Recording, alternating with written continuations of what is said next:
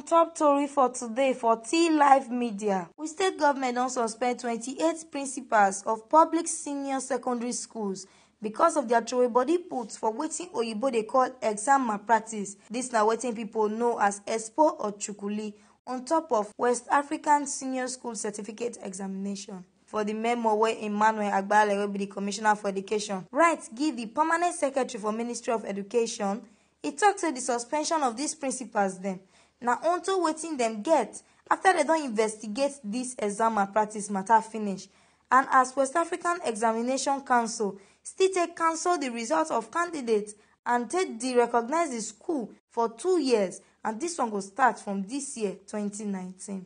On top of private schools, Honorable Emmanuel Agbale con order say make dem send query go give 28 private secondary schools and make sure say dem explain diasef in 72 hours why WAEC no go deregister or derecognize dem wey dem take do exam malpractice for 2018 West African Senior School Certificate Examination. Emmanuel Agbale con tok say make dem write serious warning give the proprietors of the private secondary school wey do exam malpractice for West African Senior School Certificate Examination. Emmanuel Agbale tok say 7 other principals of public senior secondary school don receive their warning as e be say dem do exam malpractice for their school for dis 2018 exam. E say 16 private secondary school don receive their warning letters. On top of the suspended principals matter, Emmanuel Agbale tok say until dem charge the principals go Teachers Disciplinary Committee, dem go remain under suspension. The public schools wey dem suspend their principals na be Ikpeshi Grammar School, Ewese Mixed Schools, Obanosa Secondary School, Igbanke Grammar School, Iru Grammar School, Osasinyoba Secondary School, Government Science and Technical College, and Ojirame Mixed Schools. Other schools wey dem still suspend na be Dagbala Secondary School, Uma Secondary Commercial School, Asoro Grammar School, Opoji Secondary Commercial School, Afuda Secondary School, and plenty other schools.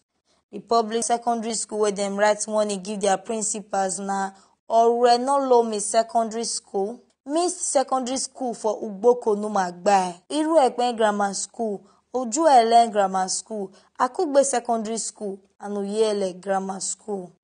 Private schools wey dem query na Federal Staff Business College, Zenith Model Education, Hizbullah Secondary School, Calvary Secondary School, Excel Secondary School, Oman Christian Academy, Sita International Secondary School, God's Favor Secondary School, OJ Reliance Secondary School, and plenty other schools. The private secondary school wey dem warn their principals na be Sainsbridge College, Matthias Group of Schools, Napoli Secondary School, Imperial College, Enina Secondary School, and some other schools for Edo State. Na so we see the tori reach on top how we state government wan take pursue wetin oyibo dey call exam malpractice comot for we education system so that school go good for we children wey dey go am.